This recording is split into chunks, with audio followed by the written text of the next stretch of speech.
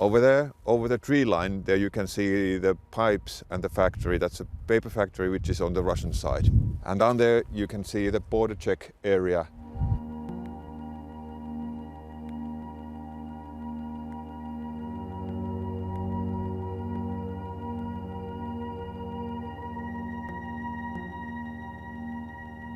Cars come from the Russian side to this border check area. They come here for the border checks and then they continue to the Finnish side.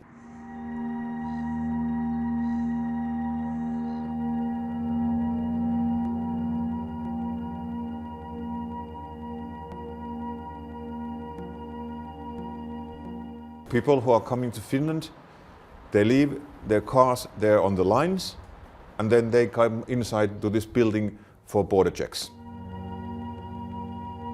I started to work here in Imatra border crossing point at the end of 2019 and been working here for now a little bit over 2 years.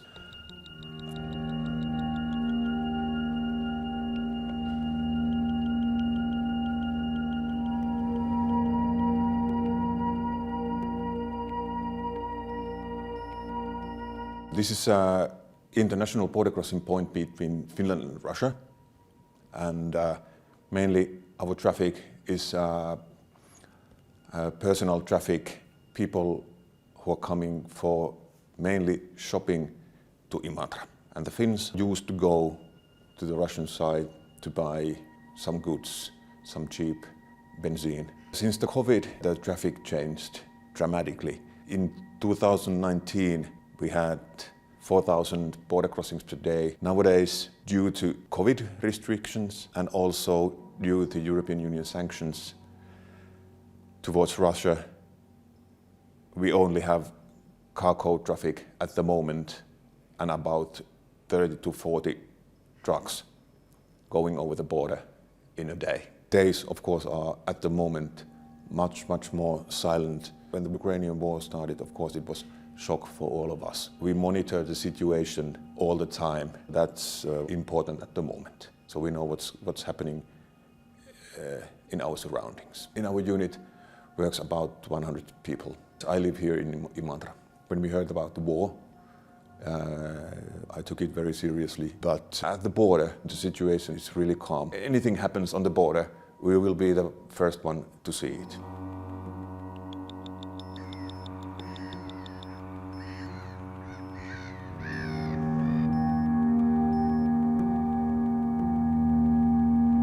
This is the city of Imatra, which is located just next to the Russian border in the southeastern part of Finland. So we are just approximately 6 kilometers away from the border and the Russian side. And here on the other side of the border there is a city called Svetogorsk, which is the twin city of Imatra. And it was formerly named Enso, which was part of Finland before Second World War. Many people who lived there during the war times had to escape.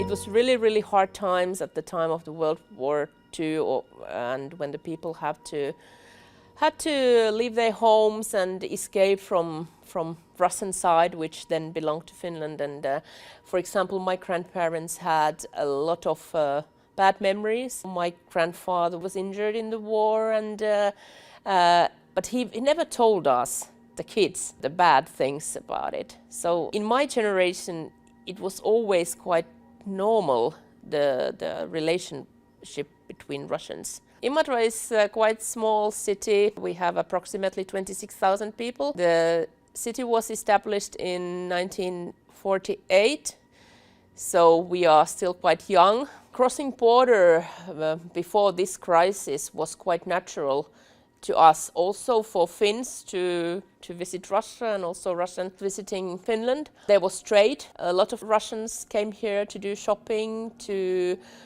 enjoy their free time in the hotel spas, in the nature, and that was a really important part for the people, for the companies.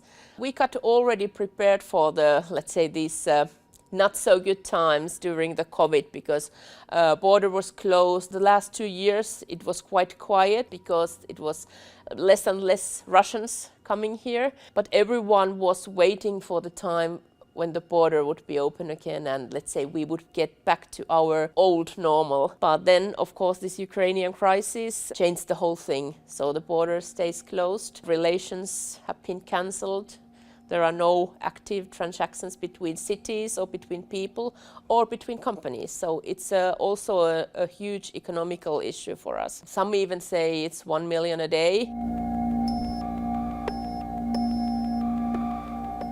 The attack in Ukraine was a devastating news because in such an open and international atmosphere as the whole world is living, I never thought that something like this could happen. And especially when I look back to the time of my grandparents who really experienced the same that Ukrainians are experiencing. It's something like the history is repeating itself, and I'm so glad that they don't see the situation at the moment, because it would be completely devastating for them.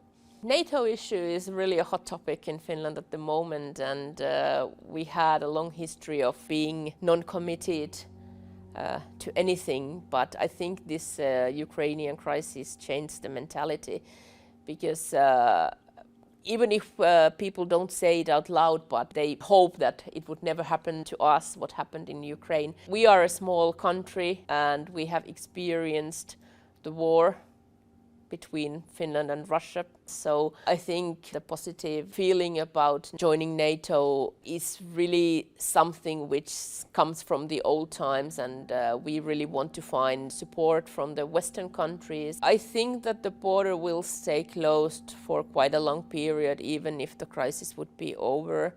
And this will be definitely in the minds of the people. And it's something which cannot be accepted, so it will definitely leave a mark and trace on the cooperation. So it could be years, it could be even tens of years.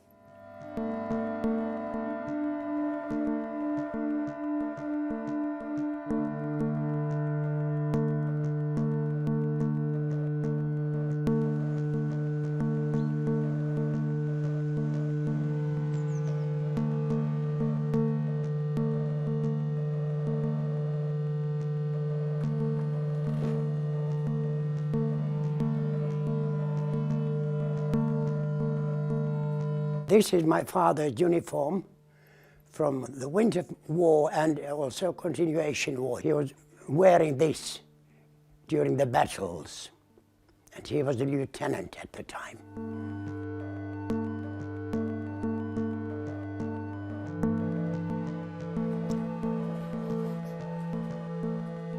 And here in this fresco you can see a shrapnel, a piece of Soviet air bomb, which came through the window, and it's still here.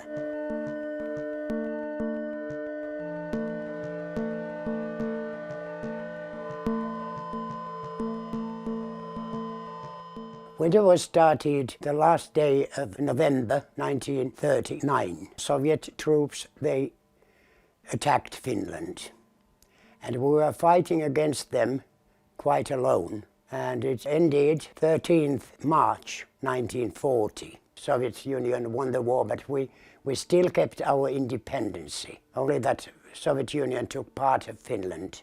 Next year, 1941, started the Continuation War, and it lasted to 1944. And we were fighting with Nazi Germany against Soviet Union, because no one else came to help us, and without their help we couldn't have survived.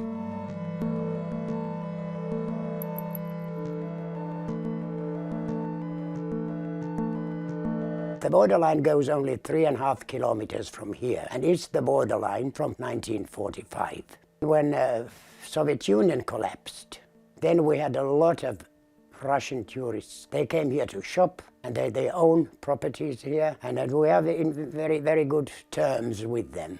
For most of my life I've been living in this town close to Russian border. It's no use to be afraid of them, but of course this political situation is very threatening, because we have 1,300 kilometers borderline with Russians. And you never know what President Putin thinks or what he's going to do. And it is a bit frightening. It's terrible to see those pictures when they are bombing Ukraine. Could say that it's the same kind of situation as it was during the Winter War.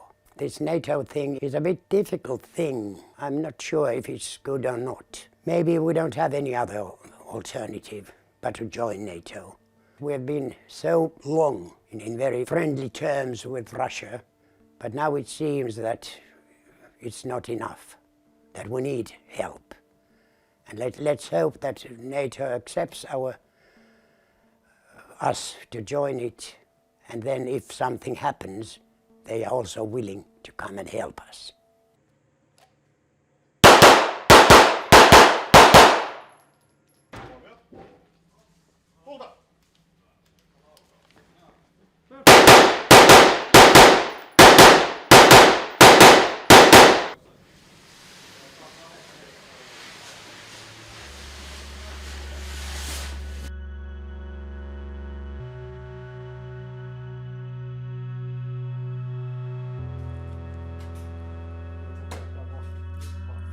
I started shooting and this kind of things after Ukrainian war started, a few days after that, and now I am practicing as much as I can.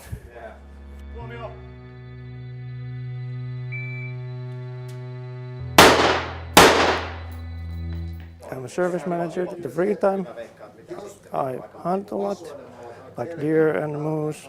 Then I have family, wife and kid. I want to use weapons more because there's always Russian danger. They might attack, you never know. It's very machine.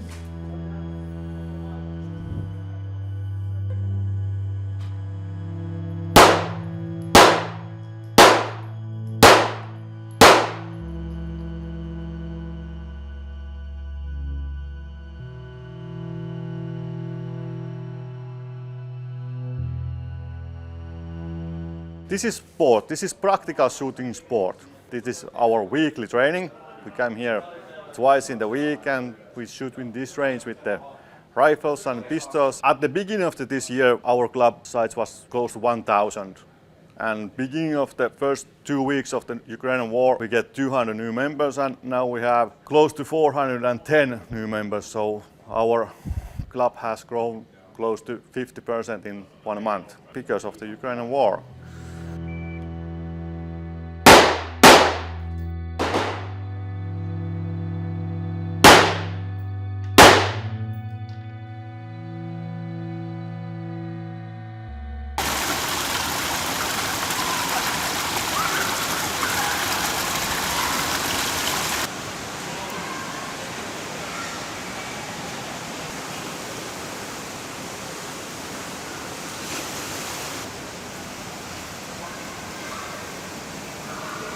This is the Itäkeskus emergency shelter, but it's in normal time. It serves as a swimming hall, swimming pool. It's constructed in 1993.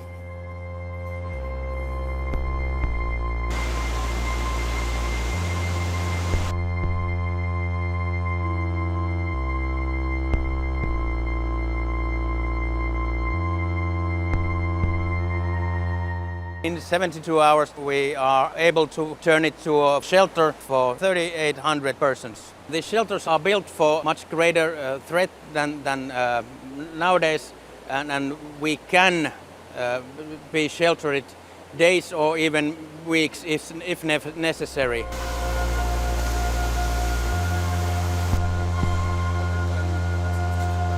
The shelters are good protection against every weapon effects, including radiation. This one is therapeutic pool. It's warm water, so you can do different kind of therapeutic rehearsals. It is in Finnish building code that every building above certain size needs to have a shelter. After the Second World War or Finnish War, we started to building shelters in Finland. This is the bedrock that the shelter has been caved in. I never thought that we could be in need for shelters. It is an ultimate tool for ultimate threat. We didn't think that we need them, but the probability is not a zero. It is something, so we need to address the threat.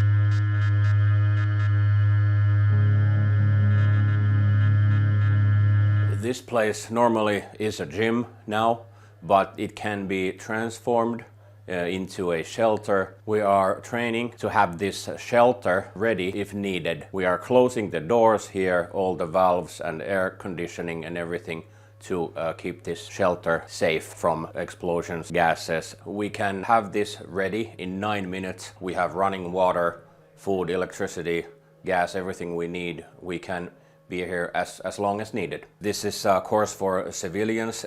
Anyone can sign. Many new people wanted to start this course, and people are very interested in activities like this, especially after a war.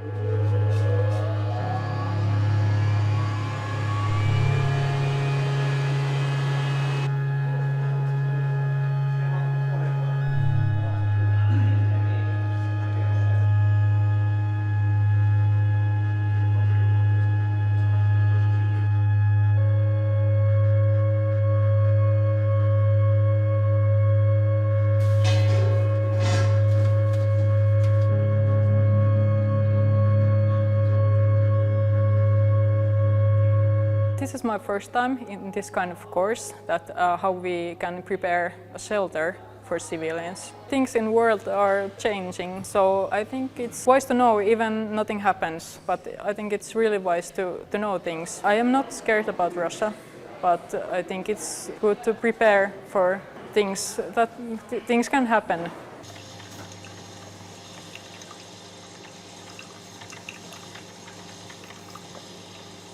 Talo, jossa olimme evakossa ja josta tultiin sitten takaisin Imatralle 1946.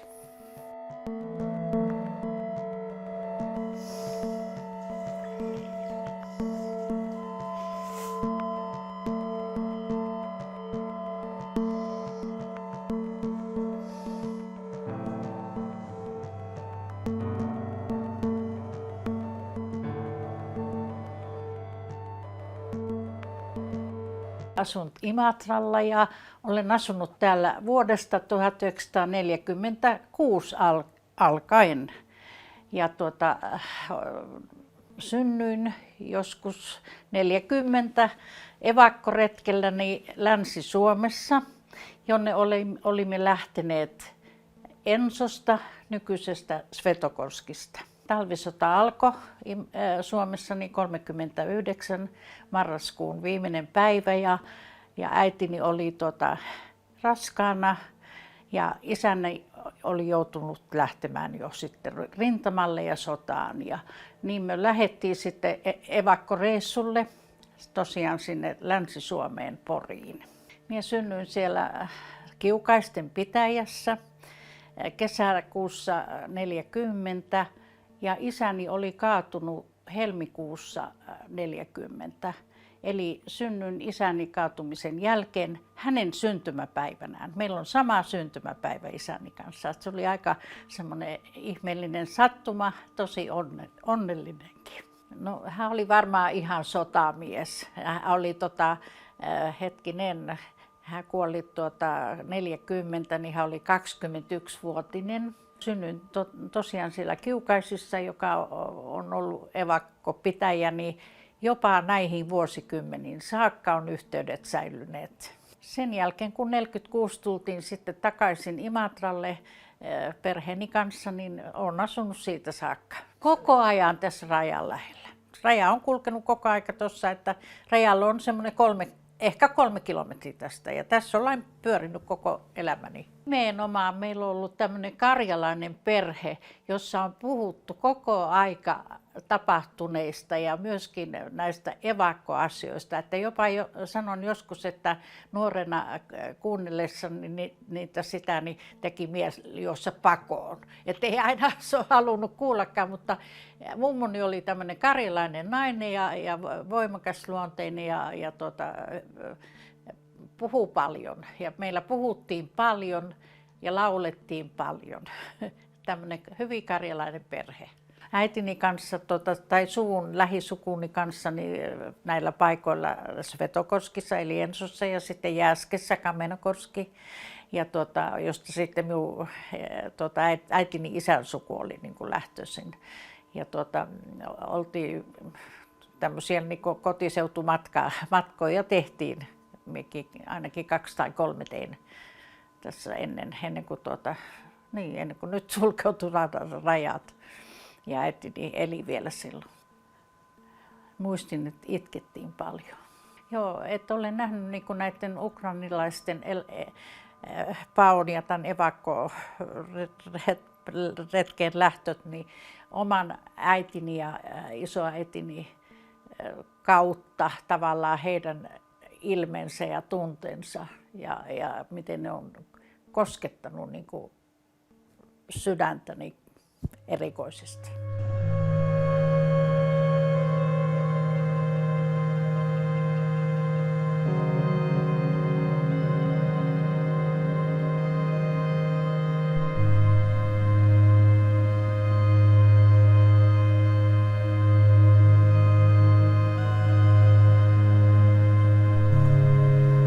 I served in Moscow as ambassador from 2000 to 2004. I've dealt with Russia since I was a young man at the Finnish embassy in Moscow in the 70s. Russia is an empire that does not see its limits. And what we now see in Ukraine is an empire gone crazy. There's definitely something where you can compare Stalin's attack on Finland and Putin's attack on Ukraine. Stalin questioned the right of Finland to exist. Putin questions the right of Ukraine to exist. We survived the war. We were never occupied. And we were able to build up a relationship with Stalin and its heirs. We were also able to integrate with European structures. And then after the Cold War, we joined the European Union. Joining the European Union meant that we're not anymore neutral, but we are non-aligned. We were not part of a military alliance. The Russian attack on Ukraine has changed things in Europe drastically. That is the reason why Finland now is about to join NATO. The change of mind in Finland can be explained quite simply. We are a very pragmatic country. We have a history of a bloody history with the Soviet Union. We fought 2 wars. In the case of Finland, a small country with a limited population, it's always about survival, which is not the case with a larger country and a larger population. But here it's a case of survival. Russian attack against Ukraine changed the world. The mood in the population changed to become pro-NATO. It is not a controversial issue. NATO membership is quite straightforward. It doesn't stipulate what you're supposed to do or what you're not supposed to do. There are the rules, you remember, you're bound by the charter. As to how Finland will build its military defense is something which Finland, in a sovereign way, will decide itself. You have the example of Norway.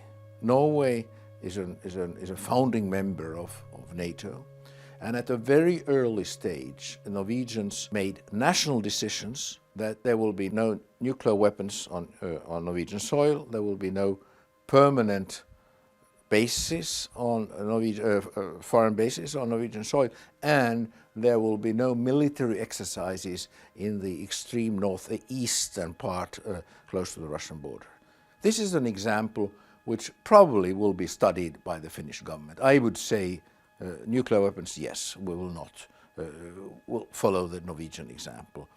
As the permanent bases, there's no need for them.